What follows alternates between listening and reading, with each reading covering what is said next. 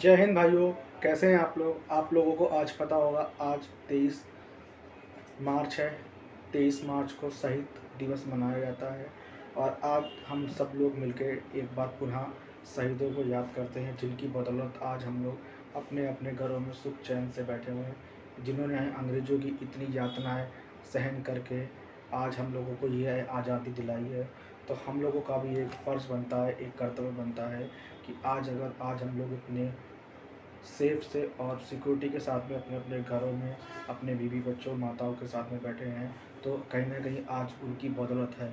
अगर वो लोग ना होते तो शायद आज भी हम अंग्रेज़ों के ग़ुलाम होते। अंग्रेज़ों ने उनके ऊपर कितनी यातनाएं करी जिससे उनके हौसले टूट जाए, पर उनके हौसले और भी ज़्यादा बुलंद होते गए और उन्होंने भारतवासियों के हौसले तोड़ने के लिए कड़ी सी कड़ी यातनाएं तक दी भाइयों, जो हम लोग कल्पना तक नहीं कर सकते। रूह तक काँप हो जाती है। गरम गरम लोहे की सराई तक आंखों में घुसेड़ दी गई थी। नमक की सिल्लियों पे लिटा लिटा के, बर्फ़ की सिल्लियों पे लिटाला, फिर नमक रगड़ा, पता नहीं कितनी कितनी भिन्नता, हाथ पैर काटे, पता नहीं क्या क्या। वो लोग शहीद लोगों का कठोर इतने होते गए, जितनी ज़्यादा वो लोग यातनाएं देते गए, उतनी ज़्यादा उनके अंदर मातृभक्ति, देश प्रेम और राष्ट्रवाद जगता गया। तो आज कहीं ना कहीं आज हम लोग अगर यहाँ पे सुख चैन से बैठे हैं और आज अगर हम लोग स्वतंत्र हैं और आज़ाद हैं, तो उन्हीं का सबसे बड़ा याद है। ऐसे लाखों क्रांतिकारियों को मैं आयुष पाठक और रेनबो ब्लॉगिफाई की ओर से उनको शत शत नमन करता हूँ, क्योंकि अगर वो लोग ना होते तो शायद आज हम यहाँ पे इतने चैन से नहीं बैठे होते और आज हम लोग अपने अपने घरों में इतने खुश ना होते, क्योंकि अभी भी हमारा मुल्क, हमारा देश गुलाम होता। उन्होंने अपना परिवार छोड़ के, सिर्फ उनका परिवार, उन्होंने अपना परिवार अपना देश माना, अपना राष्ट्र माना। उन्होंने अपने माँ बाप, अपने भाई बहनों के बारे में ना सोच के देश को, अपने पूरा देश को अपना परिवार, अपना घर समझा भाइयों। तो ऐसी महान आत्माओं के लिए हम नमन करते हैं और ऐसी माताओं को हम नमन करते हैं जिन्होंने इतने वीर पुत्रों को जन्म दिया, जिन्होंने फांसी के फंदे को तक हंसते हंसते चुनते चुनते गले लगाया और एंड टाइम तक वो कहते रहे आखिरी क्षण तक कि इंकलाब जिंदाबाद। अंग्रेज लोगों तक दंग रह गए थे कि देखो, इनके अंदर ना मौत का भय, ना इनको किसी चीज़ का दर्द होता है। इतनी इतनी पीड़ा दी जाती थी, असीम पीड़ाएं जिसके बारे में हम लोग सोच भी नहीं सकते भाई। इतनी असीम पीड़ाएं उन लोगों को दी जाती थी। तो भाइयों, आज अगर ये आज़ादी हमें मिली है तो इसके पीछे बहुत बहुत क्रांतिकारियों ने अपना बलिदान दिया है। ये इसको इतना मजाक में, इतना आसानी में मत लीजिए। बहुत दर्द सहा है उन लोगों ने।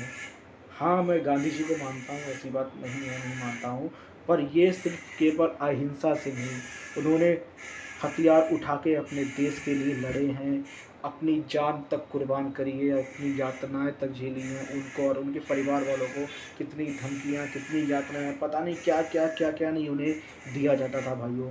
तो इसीलिए आपसे कहेंगे कि कृपया कृपया अपने घर में 2 मिनट निकाल के उनके लिए मौन रखिए और अपने अपने ढंग से जैसा हो सके आप उनको श्रद्धांजलि दे सकते हैं, मोमबत्ती जला के, उनकी मूर्ति सामने फूल को अर्पित करके, जैसे चाहें, पर 1-2 मिनट के लिए ज़रूर दीजिए। और कृपया करके अपने बच्चों को ज़रूर बताइए, क्योंकि आजकल धीरे धीरे करके इतिहास बिल्कुल विलुप्त होता जा रहा है।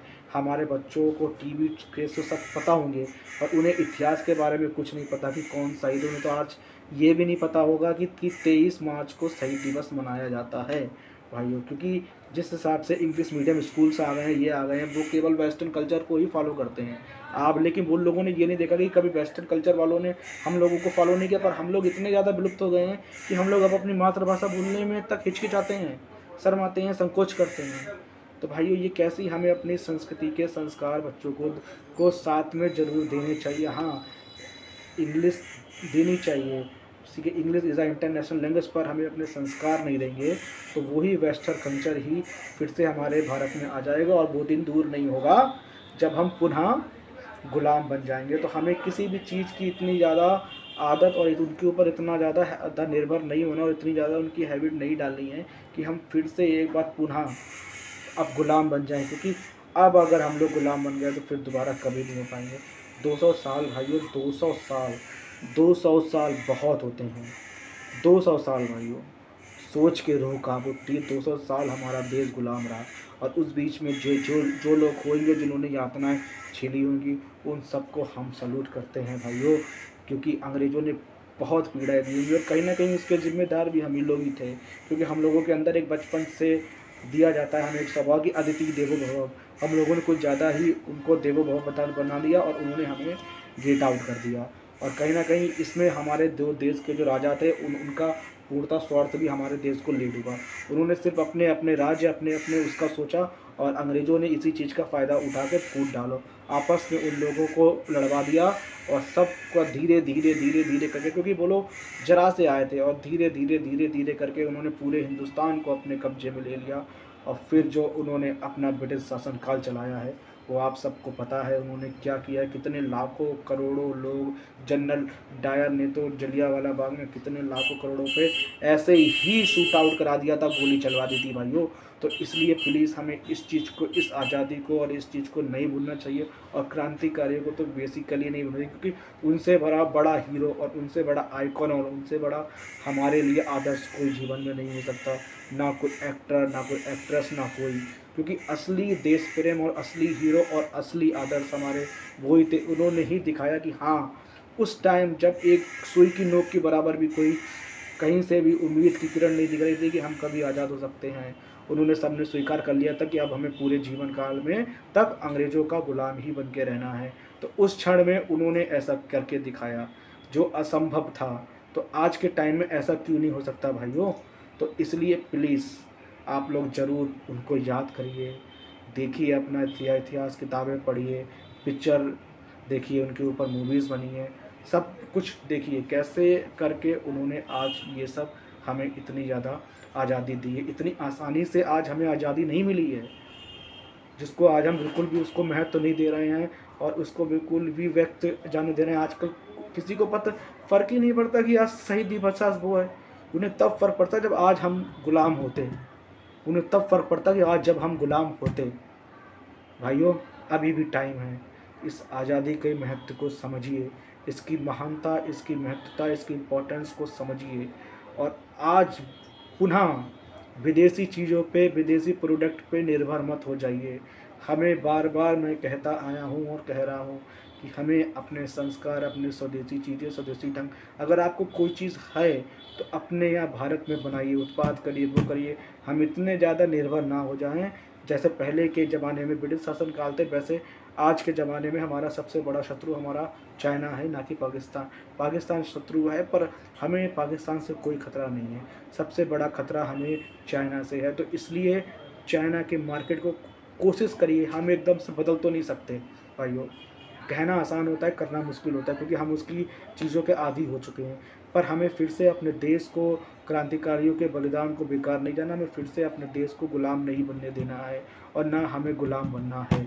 हमें इस आज़ादी के महत्व को समझना पड़ेगा, हमें जागरूकता लानी पड़ेगी, हमें फिर से जागरूक होना पड़ेगा, क्योंकि हम लोग फिर से एक बार पुनः उसी ओर जा रहे हैं और उसी ओर बढ़ते जा रहे हैं। क्योंकि फिर से विदेशी कंपनियां आ जाएंगी, ये सब करने लगेगी, तो धीरे धीरे करके वही वाला हाल होगा जो अंग्रेज पहले 2-3 आए तो धीरे धीरे धीरे धीरे करके बढ़ गए। क्योंकि हमारे देश की मुद्रा जब बाहर जाएगी तो हमारे देश की आर्थिक स्थिति, हमारे देश की जीडीपी, हमारे देश का जो निम्न दर का या मध्यम दर का जो दुकानदार है, व्यापारी है, वो है, उसके पास पैसा होगा नहीं, सारा पैसा बाहर चला जाएगा।